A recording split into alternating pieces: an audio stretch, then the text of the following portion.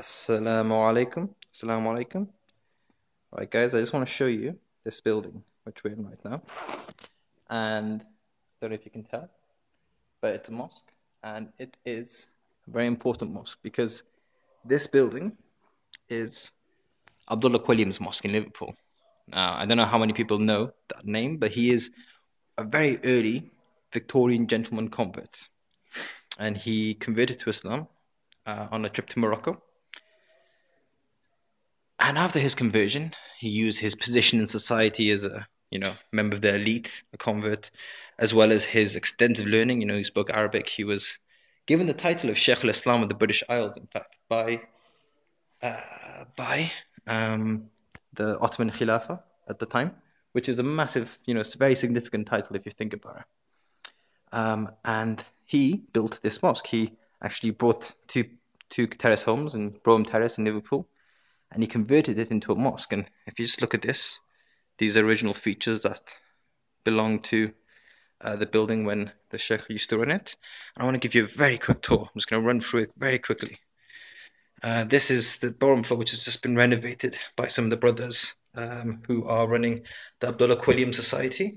I just want to give you a sense of, the detail here. It's absolutely beautiful, and I'm really proud of the fact that they haven't actually, tried to cut corners. This is aesthetic, this is appealing, this is the kind of thing that the Shaykh himself would have been proud of.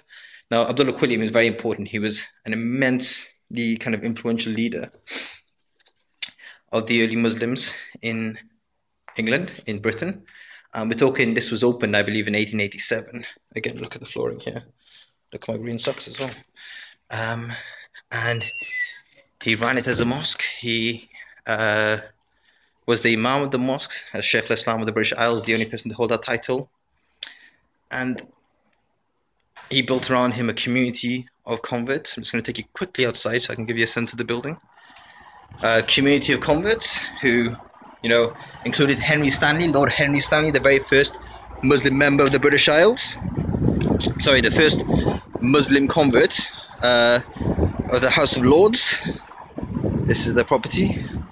Brougham Terrace sign just there. And Abdullah Quilliam, he was way ahead of his time. He created a mosque which was a community center.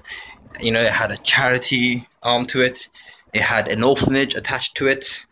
There's some of the work being done. Again, original features, stunning building. Basement down there. 2 more floors up here. I'll just give you a quick sense. I'm not going to take you up there because it'll take too long and it's a bit dangerous. But it goes all the way up, including the attic. If you can just see that door there, if I can just get you to focus on that. I don't know if you can, but there's a attic window where supposedly the adhan was given. So this is a incredible piece of Muslim history. Shaykh Abdullah Quilliam was way ahead of his time, and they're doing some amazing renovation project and works at the moment. I will put the link to the Abdullah Quilliam Society, which is currently trying to fundraise for more work. Obviously, they needed support to tell me about the ideas, a gym downstairs, accommodation upstairs, a charitable office, meeting space, really open. This ran as a mosque until about 1910. Some personal, professional reasons meant that the Shaykh couldn't really operate anymore as the Imam. It was eventually closed as a mosque. Look at some of the details there of what's going on. It was eventually closed as a mosque, which is very sad. Because this was an incredibly important piece of history, but it was then kind of kept open as a registry building by the Liverpool Council, and then forgotten about. It was really lost into history. The Shaykh Abdullah Quilliam, he used to run classes from here. He used to run a publication house, Crescent newsletters or Crescent newsletters. There's an incredible book written on this by Dr. Ron Jeeves, Professor Ron Jeeves, called Islam in Victorian Britain. It's worth looking at that book if you're interested in this. Anyway, the mosque closed down, and sadly that meant it was forgotten about until very recently when people kind of rediscovered it. But Abdullah Quilliam really is absolutely fantastic for some of the things he's done, and this mosque is a great way of preserving that. So this was a really quick and a bit of a haphazard tour. I just happened to be here, but I want to give you a sense of what's what we're regaining. So the old picture here of the archway. Now this archway, if you can just get a sense of it, let me try and do that.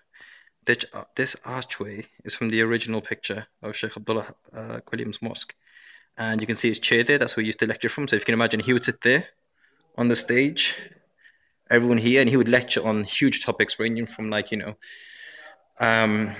travels in the Middle East to theology. I used to hold debates. He was, really important, really central. So you can just imagine, there's the corridor that goes all the way back. If you can see in the right of the picture, there's a grand piano there. And again, the Shaykh would actually perform hymns. He would hold open days in the mosque on a Sunday. And a Sunday because that's when, in Anglican tradition, people used to do worship.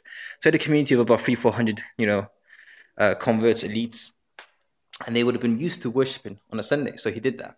And the grand piano, what that was about was that he had hymns. Now you can look at some of these hymns that he wrote on songs of the British Isles, Nasheeds of the British Isles. I can't remember the exact title, but if you go to Abdul Hakim Murad's website, Contentions and such, it's hosted.murad.co.uk. If you look on that site, it has songs of the British Isles, which include some of Abdullah Quilliam's hymns, and he would perform them just from here. There's the chair he would lecture from. There's the grand piano. There's the corridor that would go back. You get a sense of that. I'll show you the full picture. It looks something along those lines. If you try and imagine that.